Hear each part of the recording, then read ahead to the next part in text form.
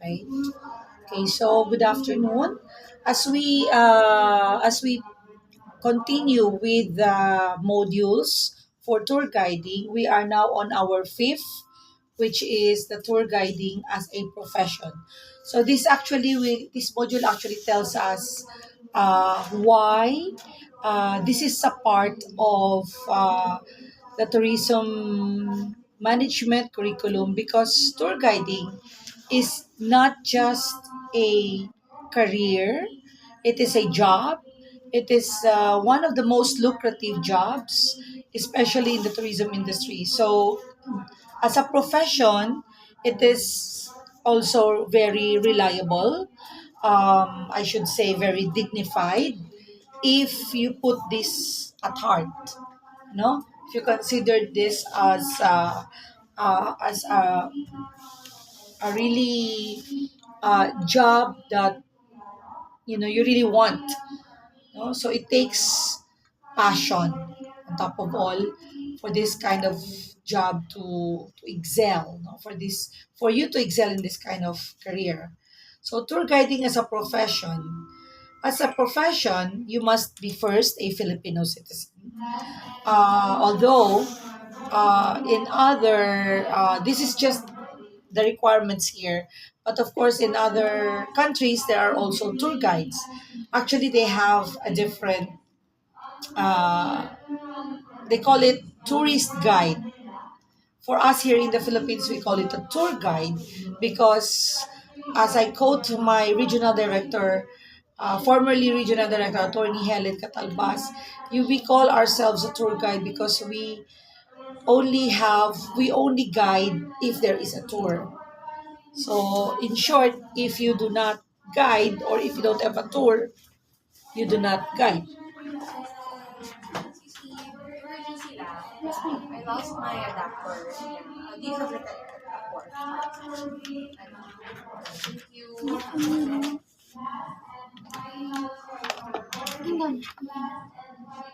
Ito lang, sasabihin ko lang siya. Thank you.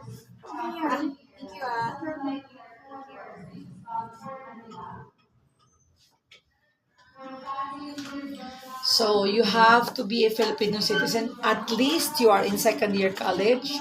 So, I guess you girls are most qualified and eligible to be a tour guide already. No, you just have to equip yourselves with all the information needed. You pass the qualifying interview by the Department of Tourism. You must undergo and pass a DOT sponsored seminar. And then after you graduate from DOT, you have to be licensed by the LGU or from which region were you trained, no? So it is important because, as I've said, this is a career, this is a profession. So you might consider this also as a business. It's a personal business. It becomes a personal business because you earn from it. So therefore, you must get a license for you to become a legit tour guide, and nobody will question you if you're qualified, if you are Not licensed. So DOT training certificates, DOT accreditation, LGU license, all of these are very important. ang seminar na mamunang training man, di ba? Yeah, the seminar for regional usually is 26 to 30 days. Oh, Yes. kalawin. Yes, because it is a job. It's like it's a Sabagay. skill. It's like when you take a skills training at Testa. So it's the same. 2 Testa weeks or gani months 3 pa. weeks. Oh, so Testa gani months pa because it's a skill. For a community, it's only 7 days. 1 week. Oo, sa community. But then you just have to be with, alam mo, ang tour guiding is very territorial. So meaning, like me, because I am a regional tour guide, supposedly I can guide around Western Visayas. Before I was. So when I did the tour guiding seminar in Guimaras in 2011, I stopped guiding in Guimaras. Kasi do hindi naman out of delicadeza, dumahuya ka naman na mag-guide ka pa kay may gin-train ka na dira. Same also in Negros. When the training was done in Negros, I also stopped getting my license from Negros. I used to get a license from Negros. Now, I just continue to guide and get my license and renew my licenses from Aklan.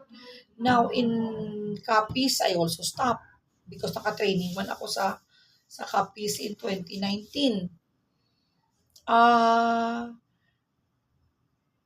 In Antique, I can say that I can still guide because wala pa sila sang DOT accredited nga tour guide except for community guides.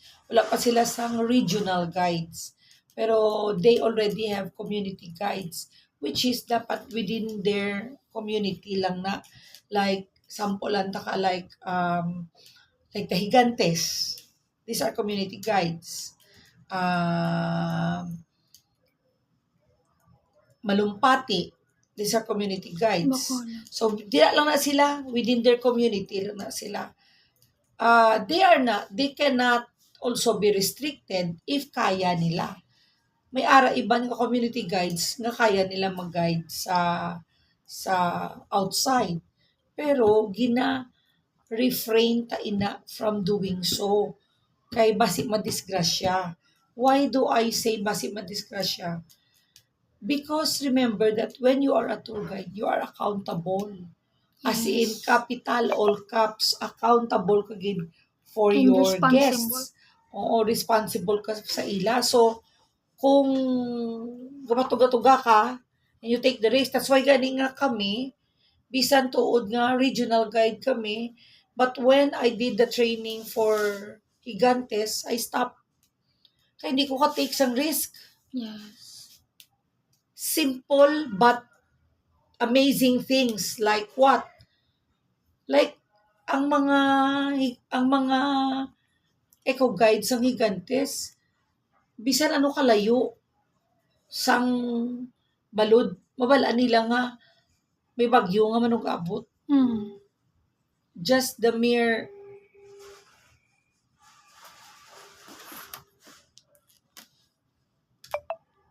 just the mere just the mere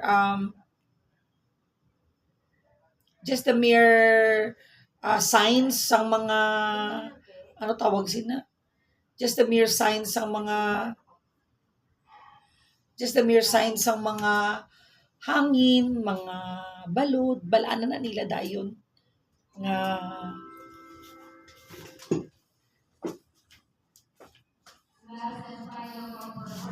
balaan na dayon nila nga hindi dapat magtabok. Things like that. Or ang mga guides sang tubungan. Wala pa ako kami. Pero may ara mga guides sa tubungan. Like, example lang taka, like what happened sang guide sa Higantes, ngayong pasaka yung bisita sa Pawikan. Nga nag-landslide. Nag-landslide sila. So, kadako-dako sa accountability mo, especially kung mapatyan ka. No? So, do pa rin malanasan driver. Kung mapatyan ka sang pasahero, sa imo sa lakyan, nga ikaw ga-drive, cargo mo na siya.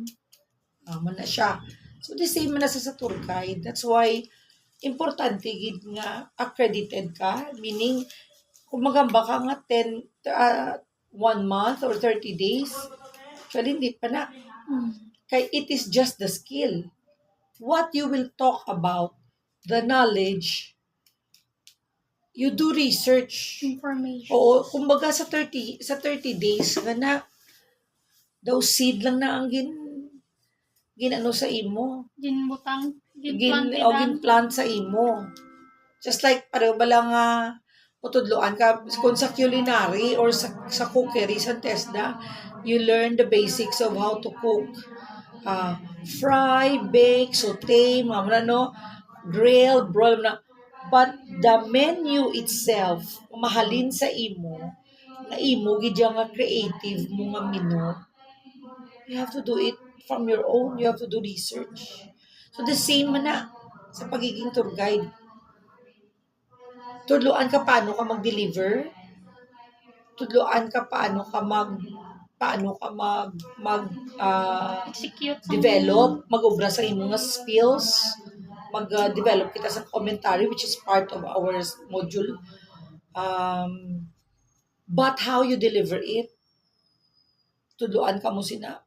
Pero ang unod, ang content, context. ang context, ang contents ang imong ikaw ginaya.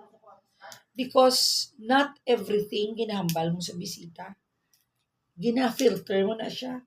Because it really depends on sino ang imong bisita. Mo na siya. Kaya mo, Yan, pati bisita oo, mo. kabalan mo. That's why we had the last module that we had the multicultural. Diba? Nag-tourist behavior patterns kita. You have to study per nationality as much as possible because ilang taon mo kung anong pwede sa ila, anong hindi pwede sa ila. Kaya basi masaklaw sila. Na, na siya na namin ko. So, that's why nga, when you are DOT accredited, pero sina, may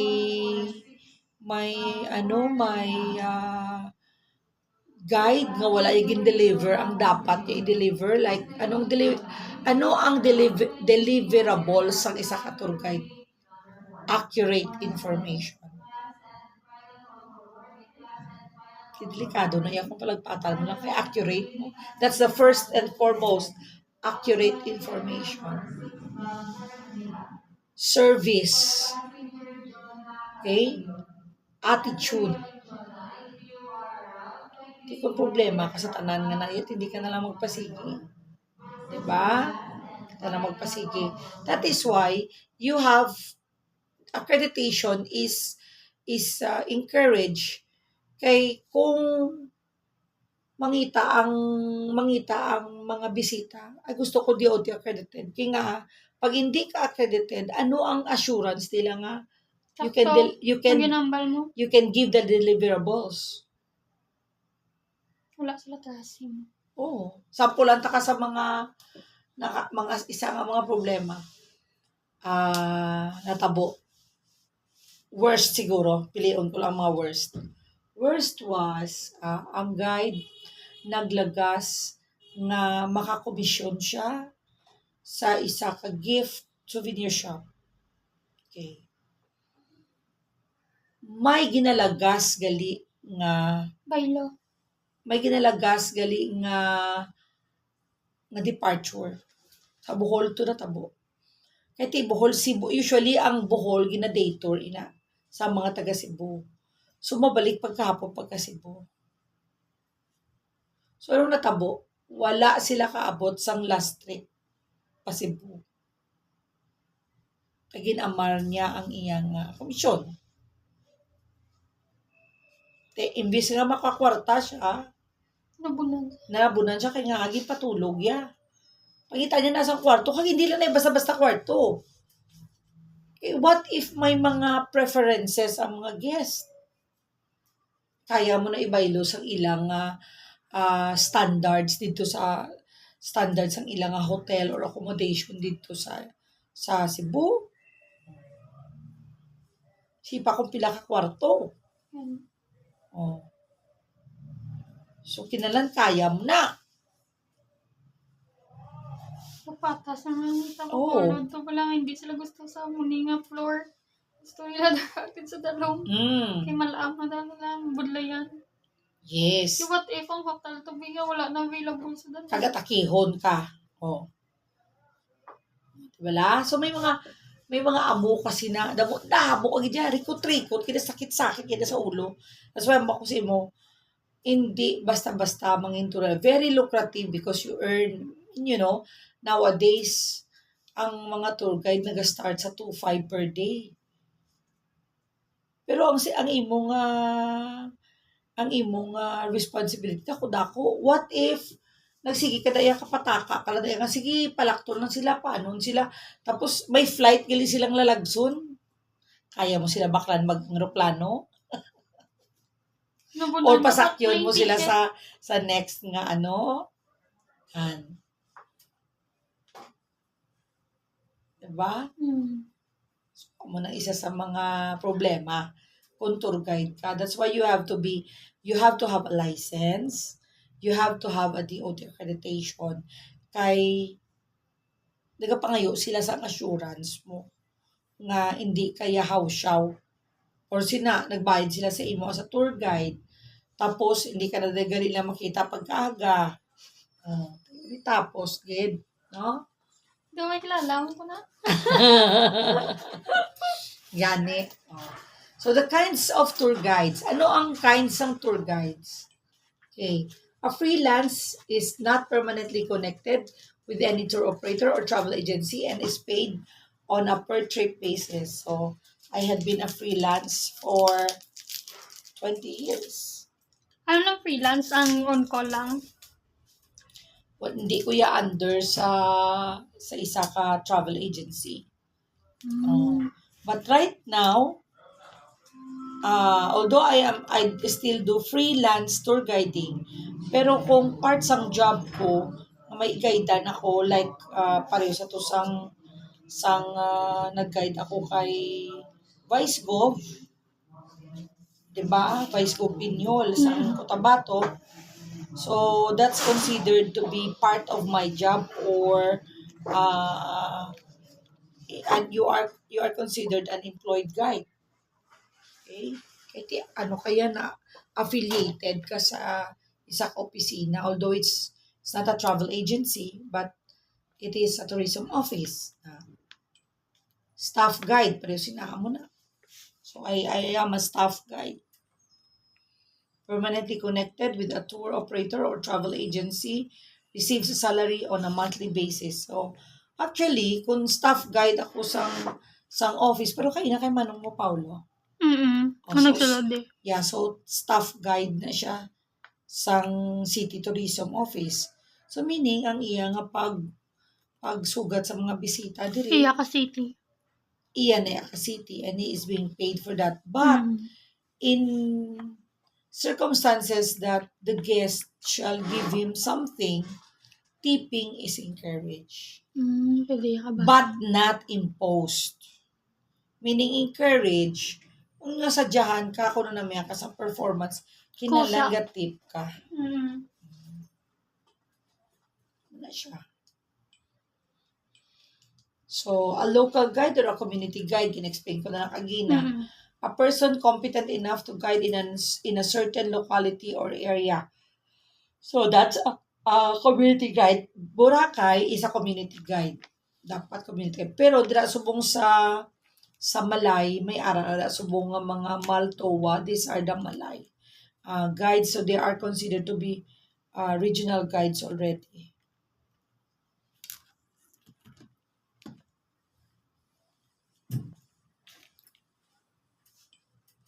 Escort, person who accompanies a group of tourists from the point of origin to the destination and back to the origin, usually handles groups, check-in and check-out. So, like wala ka man nag-guide, like for example, masugat, usually, amo nang ginaubra sang, so usually, ang escort, o do kalain sang Term. Sang term, no, sa connotation, sa iban, sa escort kay though, well, it was misused, no? Damo meaning. Oo, damo siya meaning or it been misused siya for quite some time. But actually, amo gani inang ginalinan nga we are called tour guides because we only guide when there is a tour. So, in cases that there is no tour, ang tawag sa imo, escort. Mano ka lang nabay mo po lang? So, like, pero sinasang iyan ni Sir ni Manong mo Paulo Subong tungod ano siya tungod nga mga ASEAN in a different countries. So tawag sa ila is LO, liaison officer. So actually, wala na sila nag-guide. Mm. It just happens nga tour guide siya by profession. Wala na siya Nasugat lang guide. sa... Galing masugat dulong, i-check-in sa hotel, Mm. check out, tapos daloon sa venue kung may mga conferences. Usually, ang escorts are guides for a business a business function or a MICE, no? You know already what's MICE, di ba? Mm. So most likely amo sila, but not for leisure tourists or to leisure guests. Okay? Specialist, a person who specializes in a certain field such as botany, architecture, etc. So an architect can also be a guide or ang mga nag-ano bala like ang mga naga-bird watching na or ang mga naga-dive they Mm. also guide pero ti special skill ina specialist. Hmm? Go lang. Bata lang na. Ang classmates ang nablos ko. Hmm. Okay, so like for example, uh, when I guided the National Geographic, so although I was not a specialist guide, but somehow they were looking for um, an endemic bird nga dili lang makita ang hornbill. So, in a way, nag-specialist guide ako sa ila, but I studied. Gin-estudyo ako what a hornbill is. Kay kinalan makita gid namo ng hornbill. So mga mo na bala, paano namo na siya makita? So gidala ko gid sila sa rainforest sang Libertad Antique para makita lang na namon when I guided for National Geographic people. So that's when you can call yourself a specialist guide, no? Okay. Linguist, a person who speaks fluently two or more foreign languages. So Linguistic. you become a linguistic guide when you know at least two. To 5. Oo, although I am quite um, lucky kay tong last na kon nga guest nga Portuguese, the chief justices of Portugal and Spain, kabalo sila mag-English, maayo gid sila yung mag-English. So hindi ako nangin problema, although from time to time may ang mga asawa nila yan naga Portuguese gid kag naga Espanyol pero maintindihan ko. So ang ila lang sa tuya nga naging pangayo nga kung maka-intindi ako kay ang mga asawa Mm. o para sa mga asawa. Pero kung kisa would like it like when I had Chinese, hindi ko nabutayan ko. At sa naman ko sa akin, sa ano to bala? Aklaan nga bus. Hindi ko sa gets kung ano point lang. Gali, 3 days pa sa gali day. Ginaman ko lang daan kung diin para mag-grabe ya. Hindi sa kabalo paano ya i-execute sa akin or i-explain. Kaya ako ganga mo kung di mo kabalo. Although you cannot call yourself a linguist guide if you know Akyanon. You know why? Because Akyanon is a dialect. It is not a language. So when you say language, kinanglan niya from other countries. Kasi the Akyanon, Kinaraya, those are dialects. Hiligaynon, those are dialects. Qualities of an effective tourist guide. So, anong qualities? Ano yung mga requirements mo, bilang tour guide? First and foremost, the love for the country. Okay? Passionate. You are very passionate. You are a dedicated Filipino. Pleasing personality. Ari naman kita sa pleasing personality, why kita gambal nga gwapa. Kundi kinanglan, Presentable. presentable ka lang, kabalo ka. Hindi ka gwapa kung kabalo ka Neat and clean. magpagwapa. No? Speak and span, neat, tidy, no? Must have a genuine interest in people. Oo. So, dapat wala ka blasang may ginatago or wala ka bala second thoughts kung magserbi ka sa tao. No? Hindi ka nga natakan ka. Kaya kung right in the first place, takan ka. So this industry is Di not for you. mamatak-ano na lang tao kung may gina-expect sila sa tao nga na. Like, wala nila na-achieve, walang gina-expect nila. Nga ma-return. That's why ka ginaanad, napaanad ta ka mo. Expect Diba? the unexpected. May tip. Kag sa wala, you go out and assist. Ang tip nyo that's actually as OJT, na gani gina-expect sa inyo mo. Diba? Kay, ano man na Japon sa field sa work O, mo. galing kita ito happen, ari ka mo diri. Amo lang medyo swerte sa inyo. Pero nga sila nga dapat may amugi ka mo sini. Hindi na maayo. Because if you do not expect, then you will not get frustrated. Okay? Resourcefulness. So, kung wala, hindi pwede wala.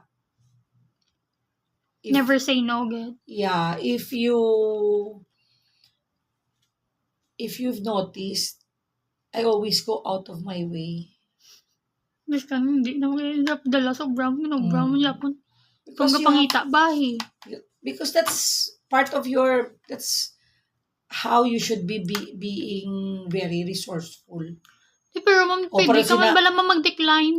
Para mangayo sila diri self-drive.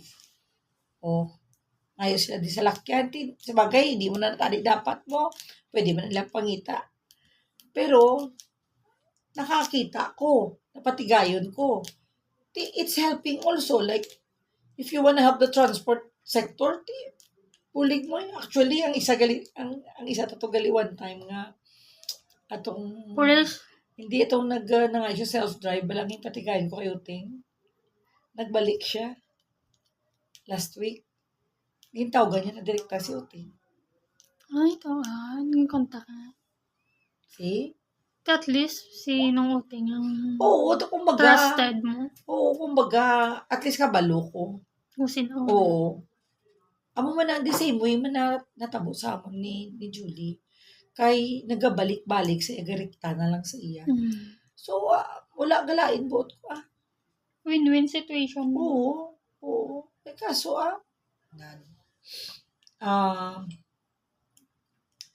you should be trustworthy. That's why I always put my name there and my number because I want them to know na if there's any problem, they can Call. they can text me. No? Wala man na yakat sila mga panawag. San kisa gani na tuyo ka pa mabangon sa ilat Wala ka choice kay trabaho mo na.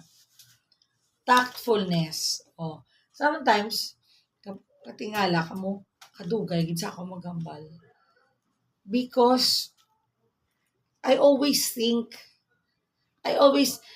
make it a point, although galing iti mahinay, lagi ko yung mag-isip, no? Pero, gaisip ko 1, 2, 3, 5, gaisip ko 1, 2, 3, 5, 6, 7, 8, 9, 10, up to 10, ginaisip ko na, tsakto, blaning dapat ko ngambal before ko siya buyan. Because, dapat tactful ka, hindi pwede taklesa, diri. Hindi pwede taklesa, kay magsala ka da, may ma-hurt ka nga guest. Ba?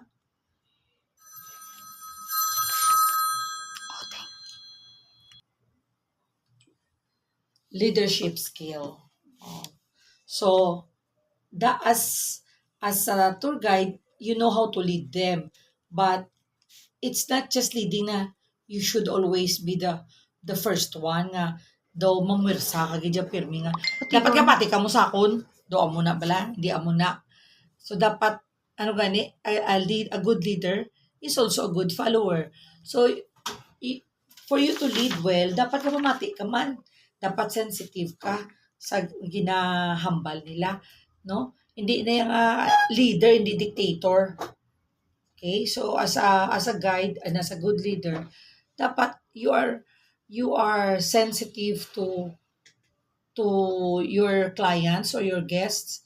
What will happen to them? Dapat best ka in anticipation. Hindi pala.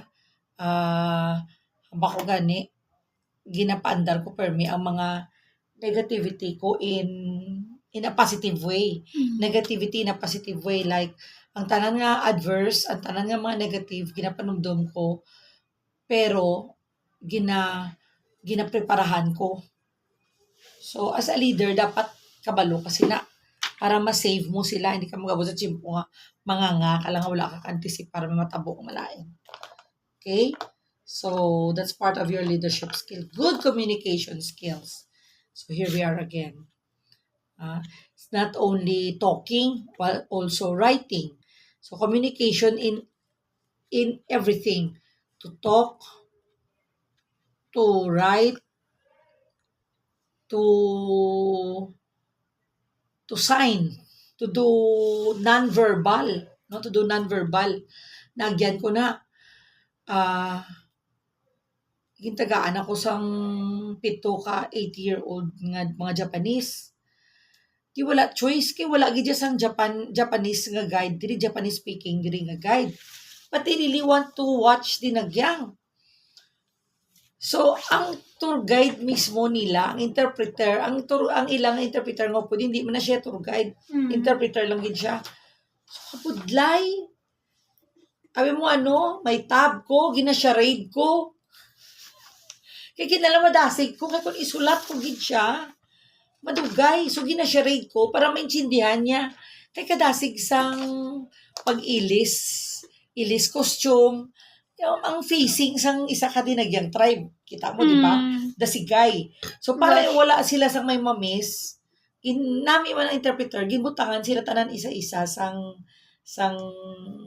earphones. Mga tigulang na mo, di sa kabati sang drums. Pero gambal siya. Ang struggle ara sa ako sa interpreter nga kinamadasig ko mag-interpret nga may bakunawa. Nga nang bakunawa in epic the dragon is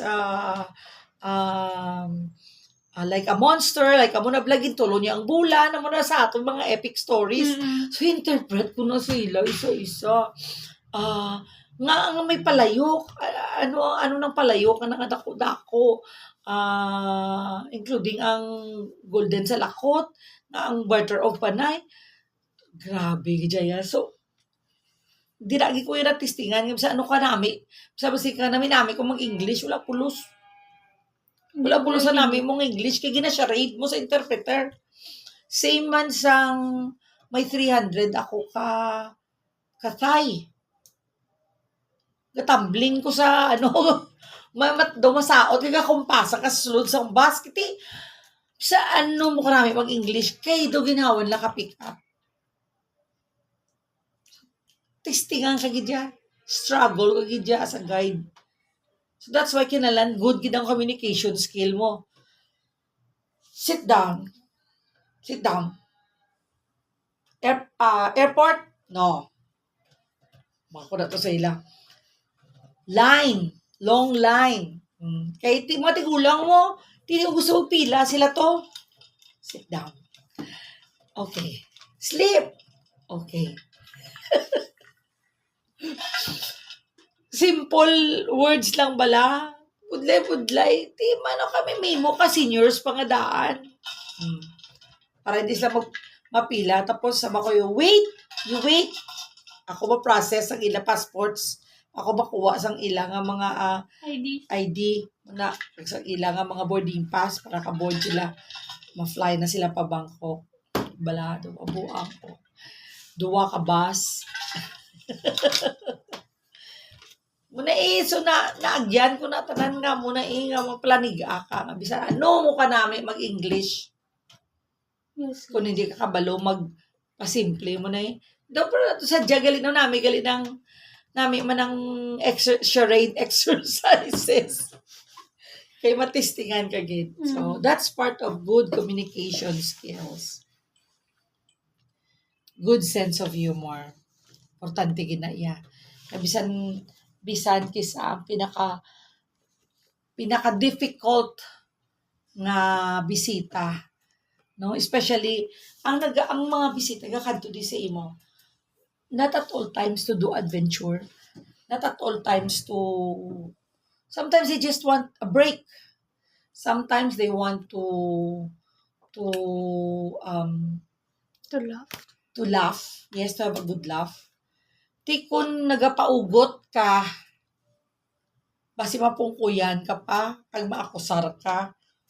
So, dapat, hindi ka OA. Dapat, natural ka nga natural bla nga pakadlaw.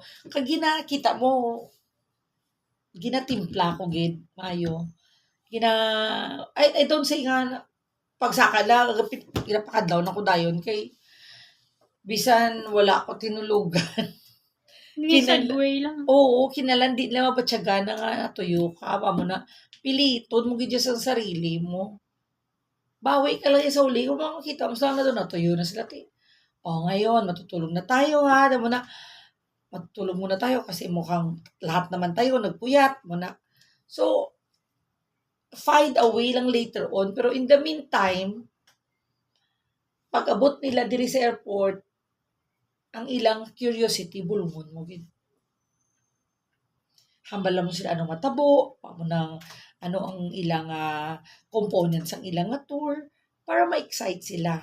Kaya dira mo mamakita at the onset kung naghatag ka sang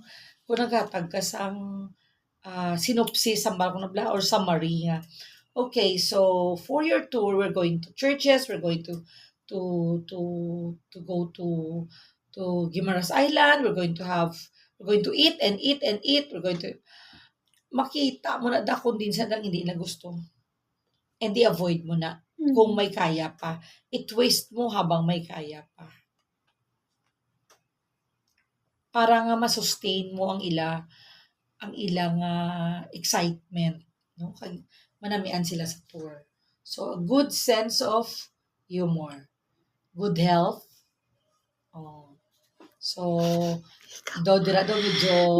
Medyo takilid ka na. takilid na ko na dire. That's why nga wala na ko gawagana kay pero sa Hindi ka- una tumbling split, di ba? That's why nga nami gidya kun healthy ka gidya, no?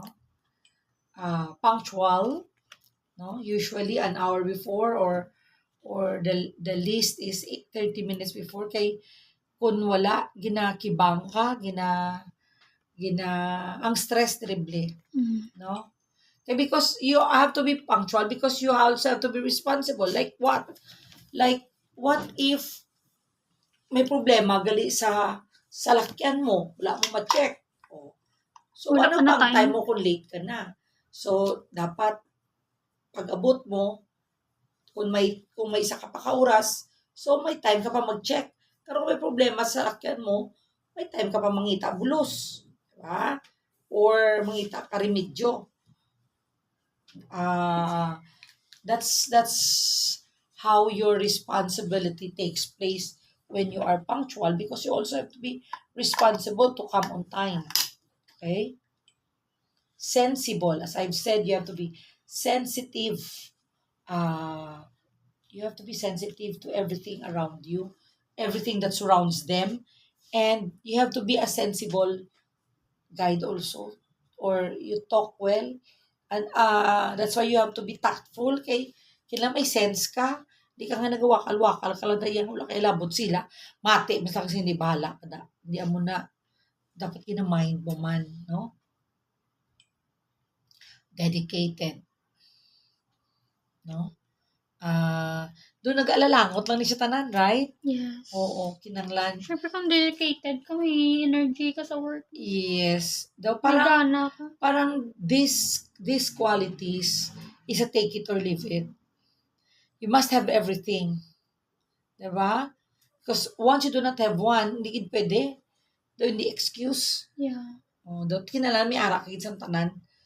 Mag-amo niya dapat hakot kagid hakot awards ka sa diri. Alright? confident.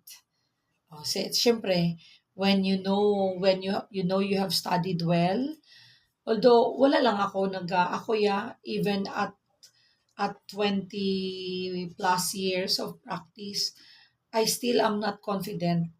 I make it a practice nga kay kung naga-overconfident ka, you tend to miss a Dira lot of ka things. gabulyaso.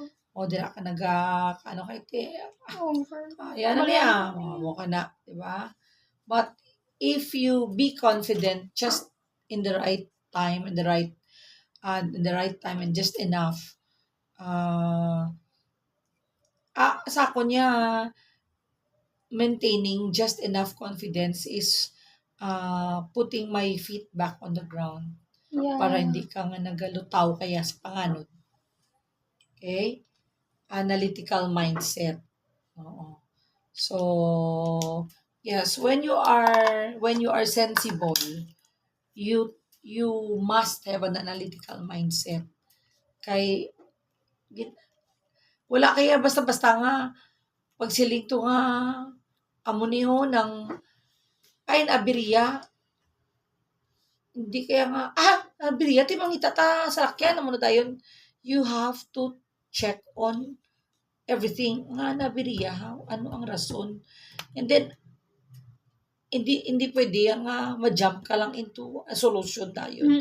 You have to think what's the best kay kada mo options para sa mga problems mo. Okay, so tour guiding techniques. During your pre-tour, you are expected to study your tour assignment. So, that's why importante gid na nga umulis pa mga sino ni sila? Ano ni sila? Ano ni mga age bracket nila? Ano? Be aware of the composition of the group. Ano ni mga obra nila? O age bracket nila. Kaya nga dira mo na ginalantaw kung anong activities, anong itinerary ang best matag mo sa iyo. Review the itinerary. Be reminded of cash advances, vouchers needed. Kung staff guide ka, need mo gid inaiya. Pero kung freelance ka, okay lang na kay wala ka man cash advances. Know your vehicle to be used, plate number, and name of driver and coordinator. Okay? Also, on tour, be punctual. Make sure you have complete name of guests, cash advances, and tour vouchers. Check your transport amenities. No? Over and over again, no? Okay, kinana-aware kasi pero may meet and greet the group, discuss the itinerary, and check other concerns like food preferences, deliver commentaries, no? Announce inclusions of the tour and what to expect para hindi sila mag-expect balas ang basi mambal sila miracle kakaroon niya, no? So dapat gina-announce mo na sila. So it is expected that we're going to a buffet tonight at Vikings, and it is expected that you're going to pay for your own dinner. Things like that. So, dapat may contact kagaya sa mga kagaya. Oh, a store operator. That's why you are called the executioner. No. Kaya ang tour operator sila na ang nagaplano. Travel agents, they just plan. Pero nag-execute ikaw. Okay? End your day or your tour by thanking the guests. Announce the next day's itinerary, program, and give instructions.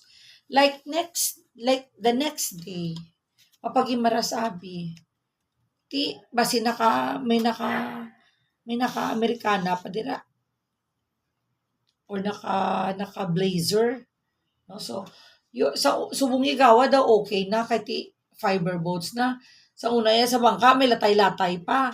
So hambali ko yung tomorrow just have to wear your shorts, you have to wear your sleepers, or tomorrow we're going to churches, so it is expected that you put something very decent kay basi kun tulukon or hindi manami because balan gina nila yung Iloilo is still a very conservative city. No, so you have to remind them of that. Malamig tomorrow, so you bring yourself some jacket or just in case parang it's going to rain, We will provide you with umbrellas, but bring your own raincoats or jackets. Now, for post tour, gather all collected vouchers, prepare tour guide's report, submit to report to immediately after the tour, submit report immediately after the tour, accomplish financial report with receipts, vouchers, and other assignments. This was this number one, number two, and number three. These are things done by a staff guide because nag-reporting ka sa travel agent Mm. and liquidate if necessary. Okay? So tour guide is expected to be the ambassador of goodwill. Okay? Meaning isang ambassador, you represent everything, but you are not the governor. Okay? Mm. Kung kisa ati traffic enforcer na kukitanan, but you really don't have to do that. Okay? Only when there's a need. Kung kaya mo, kaya mo. But you are just an ambassador, meaning you represent frontliner in the tourism industry. Correct. Watchdog of the tour operator. Kapag protectionan mo man ang tour operator mo ya sang iya nga gin-propose o sang iya nga kontrata. Okay? Go between or link between various suppliers and tour operator. So, wala mo hindi mo magsilis lang, ha, bakit ang mahal ng binayaran namin? Oo, talagang mahal talaga. Mamukha pa rin kayo magdabok-dabok. Kay patay ka gina sa tour operator mo, hindi ka nakaliwat. No, just, sige po, tanungin na lang natin mamaya, bakit po mahal masyado. Pero you have to be, amo na mabudlay, kung kun staff guide ka, kay kinalan you should be the link or the link between. Okay? So you can also be a lecturer for clients, guests, and tourists. No? Hindi lang overdo ang pagiging lecturer. No? Dapat mild lang. Hindi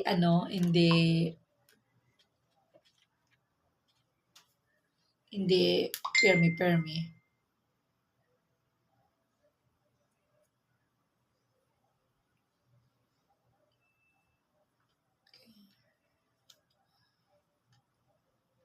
Lang ida.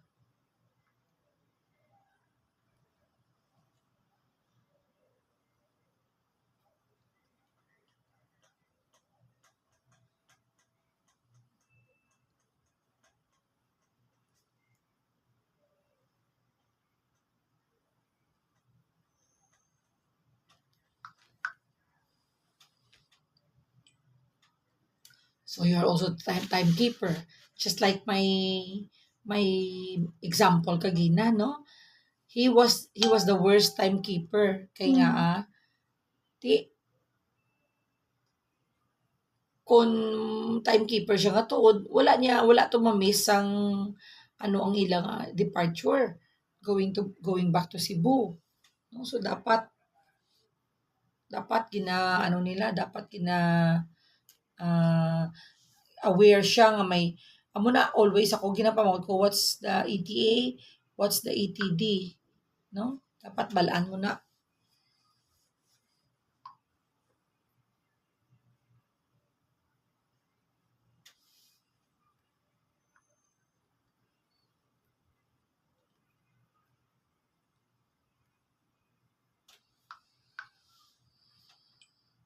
So you're also the shepherd, looks after the well-being of the flock.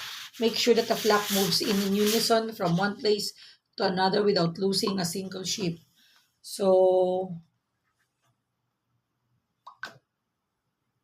kung may nabayaan ka, iniisip, that's why kita mo always ginapaisip ko. O gid sila. O may kulang ta?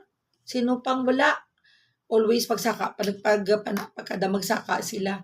Kay, basi may mabilin, patay ka gid. Imo gina responsibility. Okay? It is therefore one of the most attractive jobs in the travel industry, correct? Requires a lot of values and ethics. See, on top of all, it's not just what you know, it's also what you are. Yes. Because if you have if you don't have values or wala ka ethics, you will not prosper as a guide. So ikaw mismo kinahanglan may sarili kang may disposition ka, no, as a guide. Represents the country and the people. Okay? It's a good paying job, correct? Flexible time but no time limit. That's why maybe I lasted long. Kahit ako ya pag may tour ko ya kisa ginakalimtan ko dapat kaya ako sa kalimtan mo nga may pamilya ka kiti hindi ka pwede nga divided ka kung divided ang mind mo hindi ka ka hindi ka ka-execute mayo. Oh. Service oriented. Okay? So you should always think nga you serve well. You should always think that uh, in line of service ang imo ginahimo. Physically demanding, yes, true. This work can be physically demanding. It gives a better understanding of the different cultures. That's why I gave you the tourist behavior first. You have to study about them because it will help you develop into a well-rounded personality. No? It's not an 8 to 5 job. Kay there are tours nga kisa lipot lang. There are tours nga tag 12 to 14 hours. There are tours nga 24/7 ka. So, amo na siya ka-demanding. Because you're service-oriented. Okay? That's it. So, do you have any questions of